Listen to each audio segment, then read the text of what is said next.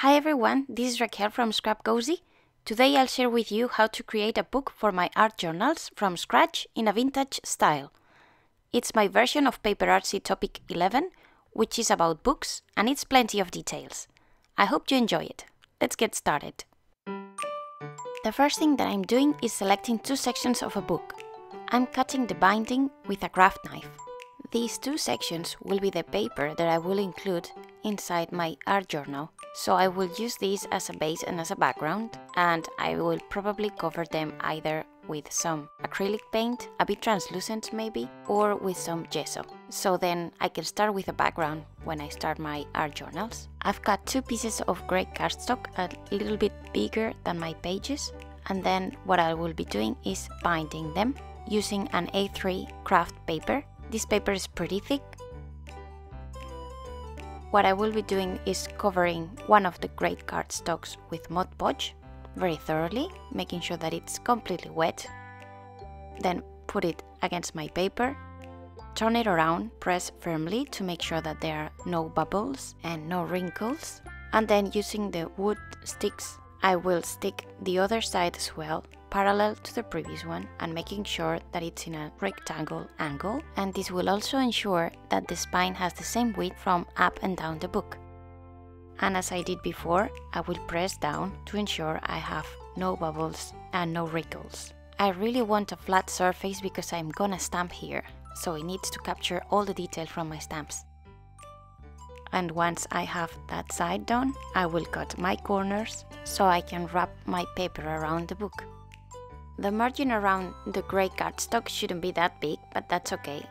It's better that it's more paper than less. That grey cardstock is going to be covered anyway. Now I need to make my spine a bit stronger, so with the remaining piece of paper, I'm going to cut some of them, and I will glue them with some Modpodge. Instead of the pieces, you could actually use a stripe of paper to cover that. But since this is not going to be seen once the journal is completed, I prefer to reuse that, so I don't throw it away, and it's not wasted. I'm putting lots of Modpodge and I'm making sure that I press down for the lines so these are marked and well glued. This will make my spine very strong.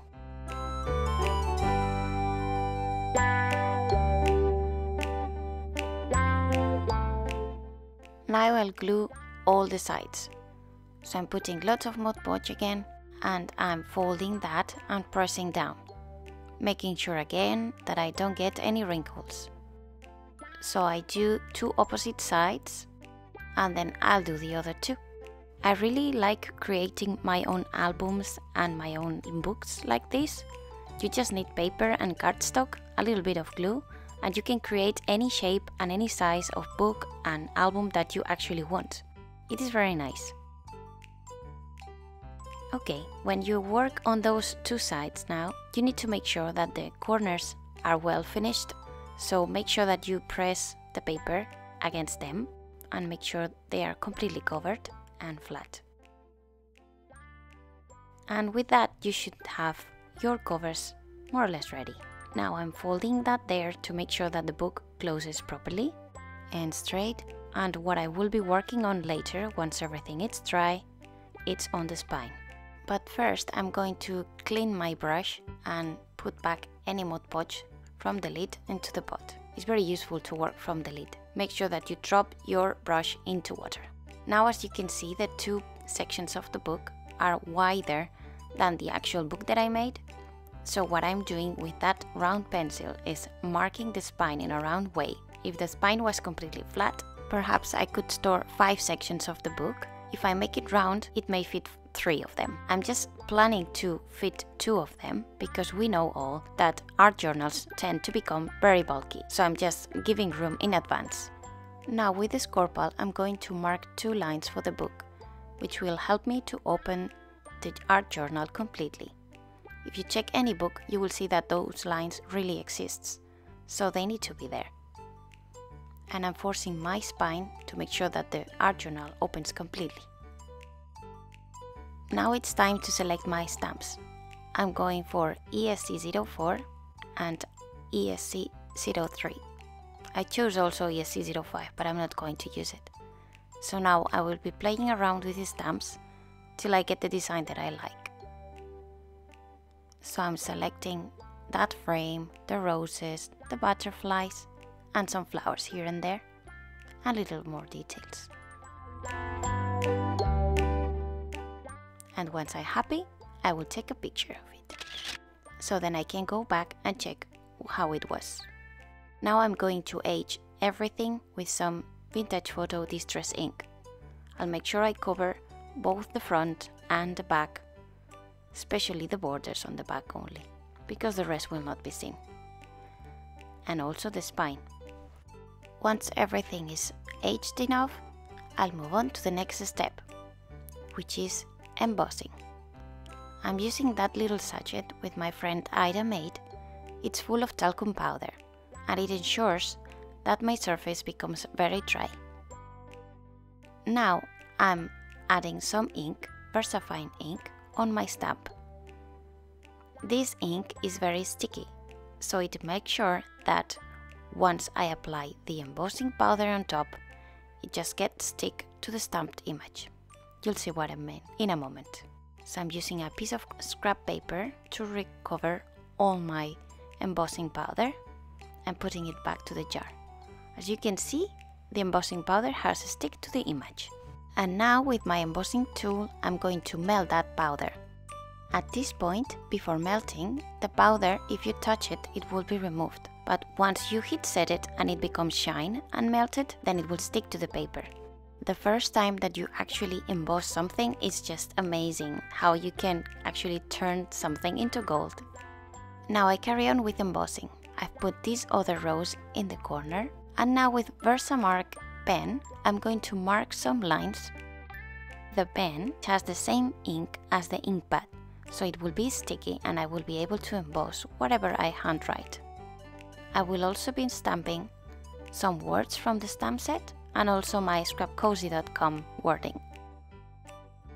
After applying the embossing powder, I will heat set it too. If you see that the embossing powder sticks where it shouldn't, you still are on time to actually remove some of it. You just need a dry brush and just use it as I'm showing here to remove any excess powder.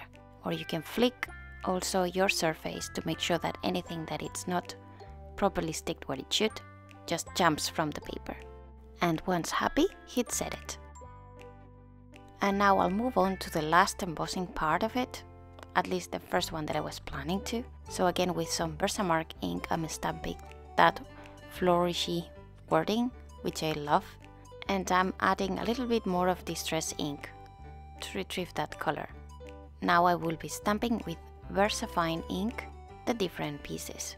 I'm stamping the map guidelines on the bottom and on the right side, and I'm making sure that this kind of seam that they get out of the gold corner, and I'm stamping different details like the tone pages and the compass. And now I decided to actually go and emboss a little bit more, but this time with VersaFine, and I will not emboss everything, just the borders of this frame and not the letters. You can use VersaFine to emboss because it's an oil-based ink and it takes a little bit longer to dry. So as long as your ink is not dry completely, your embossing powder will stick to it. I'm being careful of just adding the powder to the places that I want to, so I'm trying to avoid the letters. Still, if you cannot achieve it, as we did before, with a dry brush, you just remove all the powder. I'm blowing while I'm using the brush, but of course you don't see me blowing in the video. This is a fun way to get an image partially embossed and partially stamped. Now I'm finishing the remaining of the stamping just with the brown ink. I'm selecting 3 flowers and 2 butterflies. Well, actually a butterfly and a moth. The butterfly and the moth, I'm stamping them up and down, so I'm creating that line. And then for the flowers, I'm stamping them twice. I'm stamping them separately in different parts of the cover to make sure that my final design is well balanced.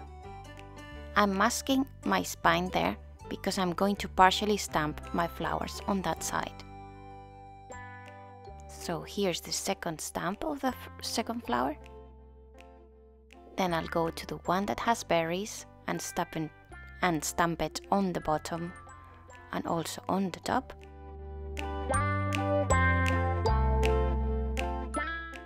And finally, I will stamp the thin little flower on the left. And to finish up my front cover, I've selected the text stamp set from the Halloween stamp set, the SC06, to create a background. And I'm softening it with a sponge tower. Now I'm making sure that my ink is completely dry before I move on to the next step, which will be adding color with infusions and some matte glaze. So this technique, you may have seen me doing it before. It's just mixing some glaze with infusions and making sure that they dissolve thoroughly, including the walnut. So then I'm making a translucent paint. I'm starting with my green, which is olive tree. I will paint all the flowers, all the green parts. And make sure that even if it's a tiny detail that you may think that it's not seen, if you think it's green, just paint it, even if it's on top of the stamped image. As I'm doing there, in that flower, or either that plant which has some fruits on it, it has little things, like little branches. Well, I'm painting them all, even if there is no room to actually paint something in the middle. So take your time and do everything. I really like this technique. Time flies when using it. And now, apart from those, I'm going to also apply some green on the right side where I believe there is some green to be put. And I'm cleaning the embossing powder with my finger so it does remain green, just the inside. Now I move on to my red, which is going to be Sunset Beach. Again, I'm mixing it thoroughly and I'm testing the color in a scrap piece of paper. And I will be painting all the flowers with it. If after testing the color you believe it's too intense, you can always get some of it apart and then add some matte glaze. Or if it's too light, you can add a bit more of infusions. In my case, I will be painting everything with this deep color, and then when I move on to the right, I decide to add some matte glaze on top to soften that a little bit. I'm painting all the details with it, all the little berries, and I think it turned out very nicely. You could add many more colors on the different flowers, but I decided to stick to those two colors, so then my whole design would kind of look homogeneous, if that makes sense. I recently bought the remaining colors from infusions that I didn't have, and surprisingly all of them were red. And this is because Sunset Beach was my favorite and I was always using it, and I thought no more reds were needed and no more pinks either. But then since I released the stamp set ESE04, which is about vintage roses, I decided, okay, let's go for it and let's go and buy from violet until magenta, because I want all the shades in between. I think I'll do a video at some point with all the colors of infusion so people can understand what is the entire palette of it. Here I just added some matte glaze onto my mix to make it lighter, as I said before, so then that would be the color that I used on the right side of my cover. And now I swapped colors and I move on to a blue, slide blue, my favorite. And I'm going to paint that butterfly in blue color. I don't know why, but I always seen it as being blue. I always think, okay, this time I'm going to paint it orange. But finally I think I always paint it blue. I don't know, I really like it. And then for the moth, I go for Golden Sands, my favorite color too, in yellow. So I'm painting that one, and I will use that same color for the frame as well. Adding color is almost over. Just another moth, and then the frame. Although you will see later that even if I paint the frame in that yellow, it will not be seen because I will change the title slightly. And once I finish with that, I'll grab some distress ink, this time walnut stain, and I will add some color on the edges. So then I make them pop up a little bit, and also into my spine. So that's it with the coloring. Now I will add some details. I've arranged some details on my surface. I will start with that centerpiece, which is my title for the journal. And how I did, you may wonder. Let's have a look at the past. I grabbed some modeling paste and I extended it with my brayer to make sure that it was a flat surface. My idea was to stamp my frame on it and then afterwards erase the letters with a stick, so I would be left with my frame and nothing inside. And then my next step would be to actually stamp my title on it. And for that I'm selecting a Tim Holtz stamp set called Tall Text, and I'm spelling the word journal. I'm putting it in my acrylic block. I was not happy with the end, so I cut it to make sure that it had the space that I needed, and I stamped on it. And as you can see, this is the result, which hits air dry, but I decided to put it in the oven, 50 degrees for 20 minutes, and it was more than enough. Then I cut that piece into a rectangle, and I decided to cover it with some acrylic paint, in this case chocolate pudding. I put a lot, so then one layer was enough. And once it dried, we go back to where we were, with the piece already dried and ready to add some shimmer, which I will be adding with some Treasure Gold onyxite. I use that wood stick and apply it in a paper towel, and then I rub on that paper towel on top of my letters, just on the surface, making sure that my letters stay brown and the rest gold. And then with a clean part of the paper towel, I will just clean the surface and buff it off, so then it becomes shiny. And my journal title is ready. Now I'll get that piece of fabric, which will be my nest for the journal, and age it a little bit. I will also sew 3 buttons on it. 2 on one corner, a big and small, and another one in the other corner, which will be small. So this will be the base for my journal title. I'm just finishing there, and I'll move on to the next embellishment, which are my 3 stamps. I'm going to get a piece of washi tape and stick it on top so they don't move, because I like that position. Then on the back I'll stick another washi tape. Now I can remove the first washi tape that I sticked. And then I decide to sew that compass on top of it. I prefer to sew rather than glue the metal pieces, because then I ensure that they will not move at all. Same with the buttons. Wherever I can, I will sew them. For the metal pieces, I prefer to stitch at least 3 times on 3 different spots, so then I make sure that they don't move. And then I'll finish adding some washi tape on the back.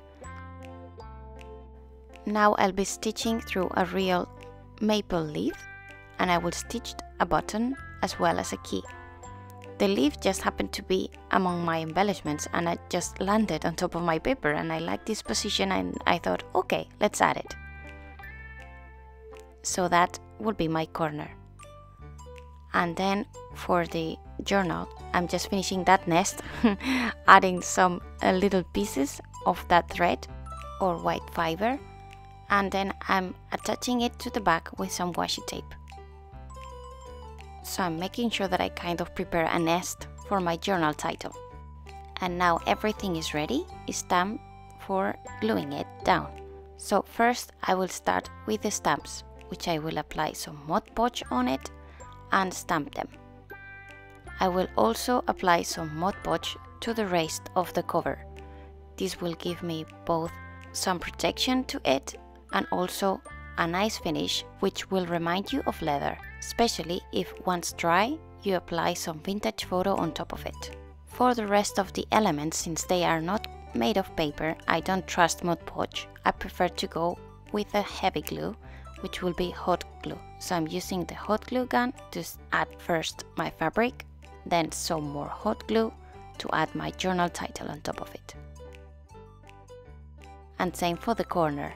I will add some hot glue on top of it and then my leaf. Since it has holes, I need to make sure that I don't press too hard, otherwise the hot melted glue will burn me. And for the rest of the details, I'm going to apply Modpodge on top to make sure that the fabric sticks stiff and that my leaf is protected. And I'm being very generous because I want everything to stick perfectly on its place, and I also want the leaf to remain as protected as possible. So now I'm flipping it. I should have waited a little bit more until it's completely dry, but well, Modpodge dries soon, right? And I didn't damage my leaf, which was my main concern. So I'm cutting the excess of that fabric and sticking it down. Then I'll grab that ribbon, which will be the way that I will use to close my art journal. But first I will glue another piece of ribbon, which will be my page marker. You know, some books they have it, so then you know in which page you are. So my journal will have it too. I'm adding some Modpodge there, and now also in the center, so then I can stick my ribbon. And I'm closing the book to test that both ends are aligned and in the same position. And once that is verified, then I will apply more Modpodge on top of it. And then it will be the final touch, adding the sections of the book. I'm dividing them in two, so I'm cutting them apart again. And I'm just adding the first part on the left, and I will add the second part on the right. As I always said, you need to be very generous with Modpodge and work very fast because it dries very quickly. So I'm making sure that I apply a lot, and I make sure that it's completely wet before I stick my paper. So I'm attaching my paper and I'm adjusting the end of the section to the start of the spine. And then I'm joining the first two pages together so it is stronger, the bind. And then I will move on to the back side of it and I will do the same. The idea is that as of now both sections of the book will be independent, but whenever I start my art journal at some point I will join them. Now it doesn't make sense to join them, because if I do, the book may not open properly, but once my art journal becomes more bulky, then it will be the perfect time to do it so. And as I did before, once my back is glued, I will stick the two last pages together to make that bound stronger. I love this book, is full of vintage illustrations, so it will be the perfect background for an art journal. Okay, once the two last pages are aligned and glued, I can say that it's perfectly over. So then the idea is, as you see here, I would join those pages together and then it will seem a complete book. So that's it for today. I hope you liked it. Thanks for watching until this point. I know it was a very long video, but as you can imagine, this took me a long time to make it, and I thought it was worth sharing everything. I'm just included these final pictures so you can see all the details from what I've just done. And if you like this kind of videos, please make sure you subscribe to my YouTube channel.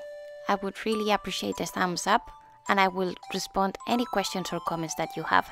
Thanks for watching and see you in the next one. Bye!